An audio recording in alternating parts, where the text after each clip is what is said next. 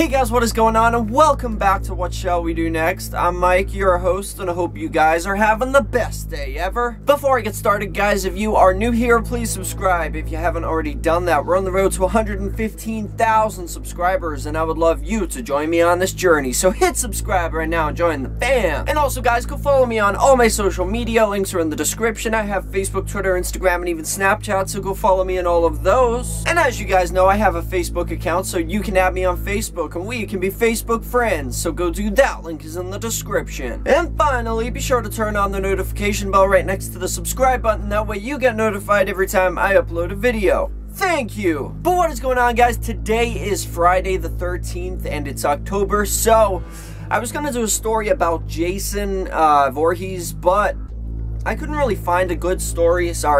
I couldn't find a good story about him, but this one's kind of mentions him, and it's kind of mentions him and Freddy, so I was like, it sounds like a pretty good story. I'll do this one. I also want to show you guys my new shirt that came in the mail today. I'm super excited about it. I've been waiting about a week. I ordered this from redbubble.com. This is not a sponsorship, by the way. I'm just showing you guys what I mean, I've always loved Hocus Pocus, and this is a shirt that I got from there.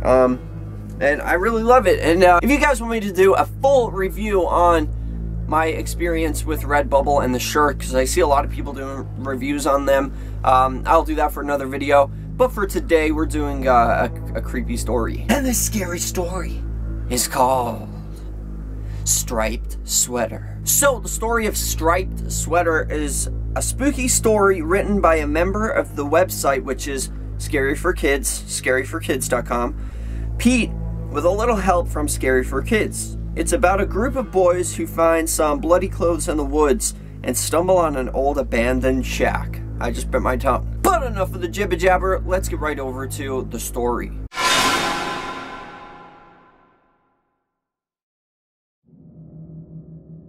Striped Sweater. In the woods near the school playground, there is a path. Students from the school are banned from setting foot on it. If you follow the path, it leads to a clearing in the woods, where there is an old abandoned shack with a rusty lock on the door.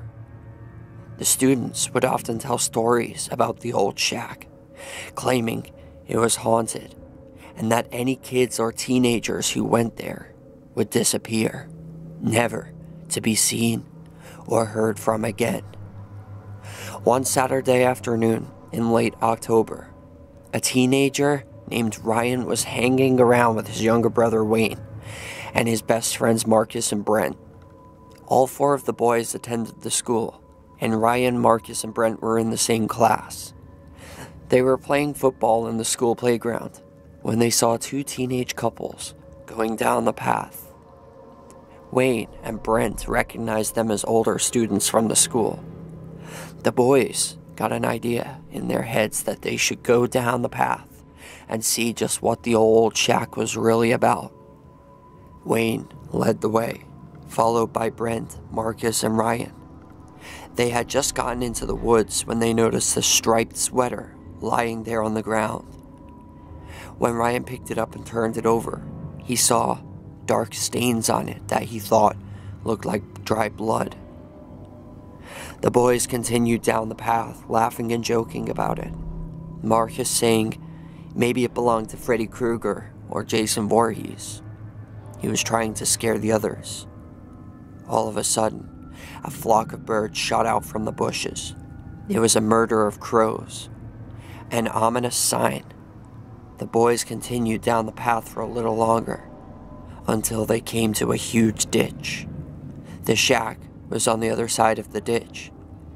Ryan jumped across it first, then Marcus, then Brent, then Wayne. The shack was green, rusty, and really small. When they walked up and looked through the dusty windows, they saw it had 2 rooms. There were a number of tools strewn across the floor. As they peered through the windows, they were confronted by 4 big black dogs.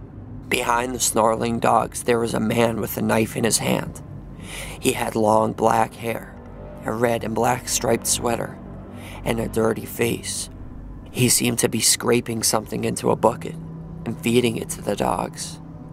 The man got up to sharpen his knife, and the boys got a better look at what he was working on. They were horrified when they recognized the bodies of the 4 teenagers that were seen going down the path before them. They were covered in blood, and their corpses had been hacked up into pieces. The terrified boys turned to flee, but they accidentally knocked over some paint cans that had been stacked outside. The cans fell over with a loud crash. The man with the knife turned around and spotted the boys. His face was twisted with rage, and he started shouting and unleashing his dogs. The teenage boys ran for their lives, the ravenous dogs hot on their heels when they came to the ditch. Wayne, Marcus, and Brent managed to jump, but Ryan slipped. He landed with a thud at the bottom of the ditch, and one of the dogs pounced on him, sinking its teeth into his ankle. He managed to kick the dog in the face and free himself. While the dog was stunned, Ryan climbed out of the ditch, bleeding from his leg, and he ran down the path yelling for his friends. The man with the knife and his 4 dogs were still chasing them. He could see the others waiting for him at the start of the path. He looked back over his shoulder and saw the man and his 4 dogs had stopped. The man was standing there, staring at the boys with a menacing look on his face. When he reached his friends, Ryan collapsed from pain and exhaustion. The others picked him up and dragged him to safety. While he was recovering, Ryan pulled down his pant leg to show them the bite marks. The boys called the police and told them to come down to the school. A few minutes later, 2 officers showed up in a squad car. They went down the path with flashlights and were gone for almost an hour. And when they came back, one of the policemen was carrying the striped sweater in his hand. Both of them looked pale. "Okay," said one officer. "We found this striped sweater and a large amount of blood in that old shack. There was also some blood on the path leading up to the shack that was apparently hidden by leaves. Aside from that, the sweater is all we have as evidence. We didn't find any man or any vicious dogs." Ryan lifted up his pants leg and showed them the bite marks. Then the police took the boys down to the station for questioning. While Ryan was sitting in the office of the chief of police, he happened to notice an old faded picture on the wall. That's him! That's him!" he cried. "That's the man with the knife!" The chief of police looked puzzled. "That's impossible," he said. "The man in the photograph is Jack Monroe. He was a serial killer back in the early 80s. He murdered a number of young couples. I was the one who caught him. He was executed 30 years ago."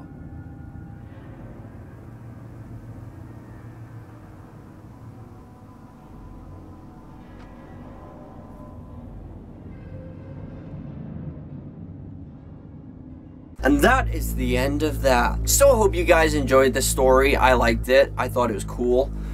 Pretty creepy though. A little twist at the end, which I was like, oh, I didn't expect that. But that leads me to the question of the day. And my question to all of you guys for question of the day is, do you think this guy who was executed, this was his ghost that the kids were seeing? Or do you think that it was just an accident? Like the kid maybe was confused. He saw this picture. He thought it was the guy. I don't know. What do you think happened? Let me know in the comment section. That is question of the day. But thank you guys so much for watching. I hope you enjoyed this video. If you did, please hit that like button down below and let's see if we can go for 52 likes on this video. I would really appreciate that. And remember, the most important thing of all, guys, chase your dreams. I love you all. Don't let anybody bring you down, and I'll see you back here tomorrow for another video. Peace out.